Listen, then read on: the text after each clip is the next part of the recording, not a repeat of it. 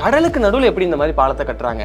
இந்த மாதிரி கடல் பாலங்களையோ இல்லை கடல் காற்றாலைகளையோ பார்க்கும்போது எனக்கு வரக்கூடிய முதல் கேள்வி, எப்படியா தண்ணிக்கு நடுவில் இதை கட்டுறீங்க அப்படிங்கிறது தான். இப்போது தரையோ தண்ணியோ ஒரு பாலத்தை பொறுத்தவரை அதை சப்போர்ட் பண்ணக்கூடிய முக்கியமான ஸ்ட்ரக்சர் கீழே இருக்கக்கூடிய ஃபவுண்டேஷனும் மேலே இருக்கக்கூடிய பில்லரும் தான். இந்த ரெண்டு ஸ்ட்ரக்சரையும் கட்டப்படக்கூடிய அந்த பாலத்தை பொறுத்தும் அதை எங்கே கட்டுறாங்க அப்படிங்கிறத பொறுத்தும் வேறு விதமான டெக்னிக்ஸை கையாண்டு அதை கட்டுவாங்க. அதில் அவங்க கையாளக்கூடிய 3 முக்கியமான டெக்னிக்ஸ் தான் இந்த வீடியோவில் நம்ம பார்க்க போகிறோம்.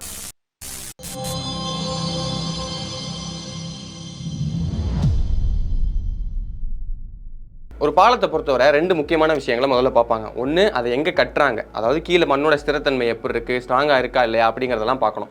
அடுத்து அந்த பாலத்தில் எவ்வளோ லோடு வரப்போகுது, வண்டி எவ்வளோ வரப்போகுது, சுற்றி காற்று எவ்வளோ வீச போகுது அப்படிங்கிற 2 முக்கியமான விஷயத்தை பார்த்துட்டு அதுக்கேற்ற மாதிரி அந்த பாலத்தை டிசைன் பண்ணுவாங்க. டிசைன் பண்ண உடனே தண்ணியில் கட்ட போகிறாங்க அப்படிங்கிற பட்சத்தில் கீழே தண்ணியோட வேகம் எப்படி இருக்குது, அதாவது அந்த தண்ணி ஒரே இடத்துல தேங்கி இருக்கா, ஸ்டாக்னண்ட்டாக இருக்கா, இல்லை அந்த தண்ணி தொடர்ந்து ஓடிக்கிட்டே இருக்க போகுதா அப்படிங்கிறத பார்க்கணும். இப்போ ஓடிக்கிட்டே இருக்க போகுது அப்படின்னா அந்த நீரோட்டம் எவ்வளோ வேகமாக இருக்குது, ரொம்ப அதிகமான வேகத்தில் இருக்கா இல்லை கம்மியான வேகத்தில் தான் போகுதா அப்படிங்கிற மாதிரியான விஷயங்கள்லாம் பார்த்துட்டு அப்புறமா தான் கட்ட ஆரம்பிப்பாங்க.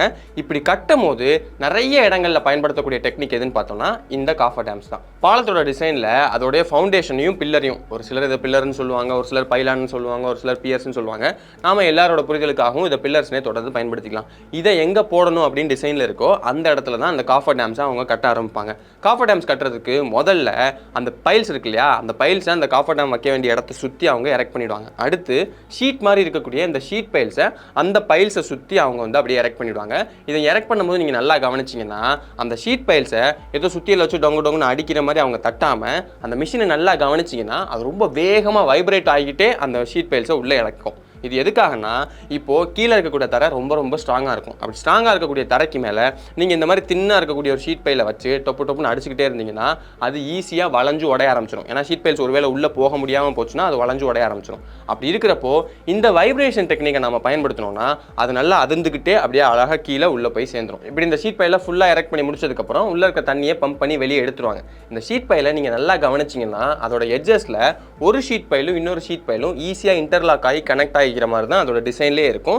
அப்படி இருக்கிறதுனால உள்ள தண்ணி வரதை அது முடிஞ்ச அளவுக்கு நிறையாவே தடுத்து நிறுத்திடும். இது பத்தாதுன்னு அந்த ஷீட் பையில சுற்றி இன்னொரு லேயர் ஆஃப் ஷீட் பையில் அவங்க போட்டு எரெக்ட் பண்ணி முடிச்சுட்டு 2க்கும் நடுவில் நல்லா கிரேவல், உடஞ்சு போன பாறைகள், மண்ணுன்னு நிறைய லேயர்ஸ் போட்டு அவங்க அதை லாக் பண்ணிடுவாங்க. அதனால தண்ணி உள்ளே வரதை அது முடிஞ்ச அளவுக்கு நிறைய தடுத்து நிறுத்திடும். ஆனால் என்னதான் அவங்க அப்படி எல்லாமே பண்ணினாலுமே அங்கே 2 முக்கியமான சிக்கல்கள் ஏற்படுறதுக்கு வாய்ப்பு இருக்குது. இதில் முதல் சிக்கல் என்னன்னா, இப்போ காஃபர் டேமுக்குள்ளே தண்ணியே இல்லை, ஆனால் வெளியே சுற்றி தண்ணி நல்லா வேகமாக ஓடிக்கிட்டே இருக்குது. அப்போது உள்ளே இருக்கிற அழுத்தத்தை விட வெளியிலேருந்து அந்த காஃபர் டேம்ஸ் கிடைக்கக்கூடிய அழுத்தம் ரொம்ப அதிகமாக இருக்குது. அப்படிங்கிறதுனால அந்த காஃபர் டேம் மொத்தமாக உள்ளே உடஞ்சி விழுகிறதுக்கான வாய்ப்பு நிறையவே இருக்குது. அதனால் அது நடக்கக்கூடாதுன்னு வெளியே காஃபர் டேமுக்கு தண்ணி கொடுக்கக்கூடிய அந்த அழுத்தத்தை சப்போர்ட் பண்ணுற மாதிரியான ஸ்ட்ரக்சர்ஸை உள்ள எதர் ஸ்டீல்லையோ இல்லைனா உடன் ஸ்ட்ரக்சர்ஸ்லையோ அவங்க வந்து கொடுத்துருவாங்க. இந்த ஸ்ட்ரக்சர்ஸுக்கு பிரேசிங்ஸ் அப்படின்னு பேர். அடுத்த முக்கியமான சிக்கல் என்னன்னா, இந்த காஃபர் டேம்ங்கிறது சுற்றி 4 பக்கமும் ஒரு கவரிங் இருக்கும், தண்ணி உள்ளே வராமல் இருக்கும். சரி, ஆனால் கீழே தர வழியாக அந்த தண்ணி கசிஞ்சு வரதுக்கான எல்லா வாய்ப்பும் இருக்குது தானே. இப்போது நிறைய இடங்கள்ல முடிஞ்ச வரைக்கும் இந்த காஃபர் டேமை நல்லா ஆழமாக அந்த பைல்ஸை வந்து எரெக்ட் பண்ணி தண்ணி உள்ளே வராத மாதிரி பார்த்துப்பாங்க. ஆனால் என்னதான் அவங்க அப்படி பண்ணாலுமே நிறைய இடங்கள்ல அந்த தண்ணி ஈஸியாக கசிஞ்சு உள்ளே வந்துடும். அப்படி வரும்போது எல்லாமே உள்ளே தொடர்ந்து ஒரு பம்ப் வச்சுக்கிட்டு அந்த தண்ணியை தொடர்ந்து வெளியே ஏற்றிக்கிட்டே தான் இருப்பாங்க. வெளியே ஏற்றிக்கிட்டே இருக்கும் போதே முடிஞ்ச அளவுக்கு ரொம்ப வேகமாக தரையில் காங்கிரீட்டை போட்டு ஃபில் பண்ணிவிடுவாங்க. இப்போ காங்கிரீட் நம்ம போட்டுட்டோம் அப்படின்னா அதுக்கு மீறி தண்ணி மேலே வரப்போகிறது இல்லை. அதுக்கப்புறமா அந்த பாலத்தோட டிசைனில் இருக்கிற மாதிரியே அந்த பில்லரை வந்து போட்டுருவாங்க. கீழே ஃபவுண்டேஷன் ரெடி, பில்லர் ரெடி, ரெண்டுமே செட் ஆனதுக்கப்புறமா காஃபர் டேம்ஸை ரிமூவ் பண்ணிவிட்டு அந்த மொத்த பாலத்தையும் கட்டி முடிச்சிருவாங்க. இல்லை அடுத்த டெக்னிக் என்னன்னு பார்த்தோம்னா, இந்த மாதிரி கைசான்ஸ் தான் சைட்டில் இல்லாமல் சைட்லேருந்து ரொம்ப தூரத்துலேயே இந்த மாதிரி காங்கிரீட் பாக்ஸஸை ரெடி பண்ணி அதை இந்த பில்லர் அண்ட் ஃபவுண்டேஷன் எங்கே போட போகிறாங்களோ அங்கே கொண்டு வந்து எரெக்ட் பண்ணிடுவாங்க. அதுக்கப்புறமா காஃபர் டேம்ஸில் பண்ண மாதிரியே இந்த கைசான்ஸ்க்குள்ளே இருக்கக்கூடிய தண்ணியெல்லாம் பம்ப் பண்ணி வெளியே எடுத்துருவாங்க. அதுக்கப்புறமா அதுக்குள்ளே காங்கிரீட்டை கொட்டி அதை ரெடி பண்ண ஆரம்பிச்சிருவாங்க. இதில் என்ன விஷயம்னா, இப்போ காஃபர் டேம்ஸை பொறுத்த வரைக்கும் பில்லர் அண்ட் ஃபவுண்டேஷன் போட்டு முடிச்சதுக்கப்புறம் நம்ம காஃபர் டேம்ஸை அப்படியே ரிமூவ் பண்ணி எடுத்துருவோம். ஆனால் கெய்சான்ஸை பொறுத்த வரைக்கும் அந்த கெய்சானும் காங்கிரீட்லேயே தான் இருக்குமா, அதுக்கு மேலே நம்ம காங்கிரீட் தான் கொட்டுறோமா, அப்போது அந்த கெய்சான்ஸ் தொடர்ந்து அந்த பாலம் இருக்கிற வரைக்கும் அந்த ஃபவுண்டேஷனோட ஒரு அங்கமாக அங்கேயே தான் தொடர்ந்து இருந்துகிட்டே இருக்கும். இந்த கெய்சான்லேயே நியூமேட்டிக் கெய்சான் அப்படின்னு கொஞ்சம் ஆபத்தான ஒரு டெக்னிக் இருக்குது. இதில் என்ன பண்ணுவாங்கன்னா, முன்னாடி சொன்ன மாதிரி தான் அந்த காங்கிரீட் பாக்ஸ் அந்த கெய்சானை கொண்டு வந்து எங்கே அந்த பில்லர் அண்ட் ஃபவுண்டேஷன் போகிற போகிறாங்களோ அங்கே எரெக்ட் பண்ணிவிடுவாங்க. எரெக்ட் பண்ணிவிட்டு முன்னாடி சொன்ன மாதிரியே தண்ணியை வெளியே பம்ப் பண்ணி எடுத்துருவாங்க.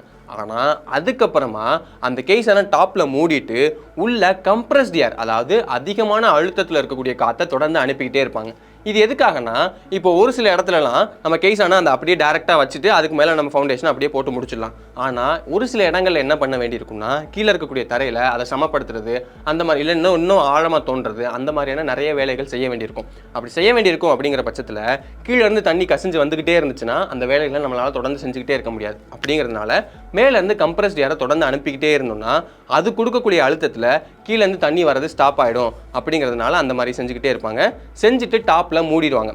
அதுக்கப்புறமா உள்ள ஆளுங்களை இன்னொரு கேப் ஓப்பனிங் ரெடி பண்ணி அது மூலயமா அனுப்பிட்டு அவங்கள வச்சு கீழே தரையை தோன்றது இல்லை மற்ற வேலைகள்லாம் செய்யறதுன்னு அந்த மாதிரி செய்ய வச்சுருவாங்க. இப்போ தரையை தோன்றோம் அப்படின்னா கல் மண் அதெல்லாமே வந்துகிட்டே இருக்கும் இல்லையா, அதை இன்னொரு ஓப்பனிங் ரெடி பண்ணி அந்த ஓப்பனிங் வழியாக தொடர்ந்து அனுப்பிக்கிட்டே இருப்பாங்க. இது ஏன் கொஞ்சம் ஆபத்தானது அப்படின்னு சொல்கிறோன்னா, இப்போது அதிகமான அழுத்தமுள்ள காற்று இருக்கக்கூடிய இடத்துல தொழிலாளர்கள் தொடர்ந்து வேலை செஞ்சுட்டே இருக்காங்க. அப்படிங்கிறதுனால அவங்களுக்கு உடல் அளவில் நிறைய பிரச்சனைகள் ஏற்படுறதுக்கு வாய்ப்பு இருக்குது. நியூயார்க்கில் இருக்கிற புரூக்லின் பாலத்தை இந்த நியூமேட்டிக் கெய்சன் டெக்னிக்கில் தான் அவங்க அந்த காலத்தில் கட்டியிருக்காங்க. அப்படி கட்டும் போதே அதை கட்டின சீஃப் இன்ஜினியர் அதில் வேலை செய்யும் தொழிலாளர்கள்னு நிறைய பேருக்கு உடல் அளவில் நிறைய பாதிப்புகள் ஏற்பட்டிருக்கு. அதனால இந்த நியூமேட்டிக் கெய்சன் டெக்னிக்கை பொறுத்தவரை அதை எல்லா இடங்கள்லையும் பயன்படுத்த மாட்டாங்க. வேற வழியே இல்லை, இப்படித்தான் அதை பண்ணியே ஆகணும் அப்படிங்கிற மாதிரியான ஒரு சில இடங்கள்ல மட்டும்தான் அதை பயன்படுத்துவாங்க. இந்த கெய்சன் டெக்னிக்கை பொறுத்தவரை நம்ம சேனல்ல தொடர்ந்து ஃபாலோ பண்ணிட்டு வந்தவங்களுக்கு தெரியும். டென்மார்க்கையும் ஸ்வீடனையும் கனெக்ட் பண்ற மாதிரி ஆரிசான் பிரிட்ஜ் அப்படிங்கிற ஒரு 16 கிலோமீட்டர் நீள பாலத்தை வந்து கட்டியிருப்பாங்க. அதுல ஒரு 4 கிலோமீட்டருக்கு அந்த பாலத்துக்கு நடுவில் பாலமா போயிட்டே இருக்கும். திடீர்னு கடலுக்கு நடியில் சுரங்கத்துக்குள்ள அந்த ட்ரெயின்லாம் போக ஆரம்பிச்சிடும். இதுல அந்த கடலுக்கு அடியில் போகக்கூடிய அந்த சுரங்கத்தை இந்த கெய்சான் பாக்ஸஸ் வச்சு தான் கட்டியிருக்காங்க. மொத்தம் 175 மீட்டர் நீளமும் 38 மீட்டர் அகலமும் 8.5 மீட்டர் உயரமும் இருக்கிற மாதிரியான கெய்சான் பாக்ஸஸை சைட்ல இல்லாமல் வெளியே ரெடி பண்ணி அப்படியே தண்ணி வழியாக டிரான்ஸ்போர்ட் பண்ணி அதை எடுத்துட்டு வந்துட்டு எங்கே சுரங்கம் வரணுமோ அங்கே அதை ட்ராப் பண்ணிட்டாங்க. அதுக்கப்புறம் அந்த மாதிரி நிறைய கெய்சான் பாக்ஸஸ் ஒன்னோட ஒன்று பக்கத்தில் வச்சு எல்லாத்தையும் ஒன்றா இணைச்சு அதுக்குள்ளே தான் ட்ரெயின் போகிற மாதிரி அவங்க ரெடி பண்ணாங்க. இந்த கெய்சன் அண்ட் காஃபர் டேம் போக ரொம்ப அதிகமாக பயன்படுத்துறது சைட்டுக்கே டைரெக்டாக அந்த பைல்ஸை கொண்டு வந்து, அதாவது அந்த பில்லரை கொண்டு வந்து அப்படியே எரெக்ட் பண்ணுறது தான். நம்ம சேனல்லையே கடல் காற்றாலைகள் பற்றி நம்ம ஒரு வீடியோ பார்த்துருப்போம். அதில் நீங்கள் பார்த்துருந்தீங்கன்னா அந்த கடல் காற்றாலைகளுக்கு தேவையான, அதாவது கீழே சப்போர்ட் பண்ணுறதுக்கான அந்த பில்லரை வெளியே செஞ்சு எடுத்துகிட்டு வந்து அந்த இடத்துல டைரெக்டாக அப்படியே அவங்க எரெக்ட் பண்ணிவிடுவாங்க. அதுக்கப்புறமா அந்த கடல் காற்றாலையோட மற்ற விஷயங்கள்லாம் ஒன்றுக்கு மேலே ஒன்றா அடுக்கி அவங்க ரெடி பண்ணிவிடுவாங்க. துருக்கியில் இருக்கக்கூடிய சேனகலை பாலத்தை பொறுத்த வரைக்குமே அதையுமே இந்த மாதிரி தான் ரெடி பண்ணியிருப்பாங்க. அதாவது கீழே இருக்கக்கூடிய அந்த ஃபவுண்டேஷனை பக்கத்திலே செஞ்சு எடுத்துகிட்டு வந்து அந்த இடத்துல எரெக்ட் பண்ணிவிடுவாங்க. அதுக்கப்புறமா மேலே இருக்கக்கூடிய அந்த டவர், அது வந்து ரொம்ப உயரமான டவர், அந்த டவரை கொஞ்சம் கொஞ்சமாக சைட்லேயே அப்படியே டைரெக்டாக அவங்க கட்டி முடிச்சுட்டு அதுக்கப்புறமா அந்த பாலத்தையும் மொத்தமாக அங்கேயே கட்டி முடிச்சுட்டாங்க. இப்படி ஒவ்வொரு பாலத்தை பொறுத்தும் அந்த கட்டக்கூடிய இடம், கீழே மண் எப்படி இருக்குது, தண்ணியோட வேகம் எப்படி இருக்குது அப்படின்னு நிறைய விஷயங்களை கன்சிடர் பண்ணி எப்படி கட்டினா சரியாக இருக்கும் அப்படின்னு முடிவு பண்ணி அந்த பாலத்தை கட்டி முடிச்சிருவாங்க. இவ்வளோதாங்க விஷயம்.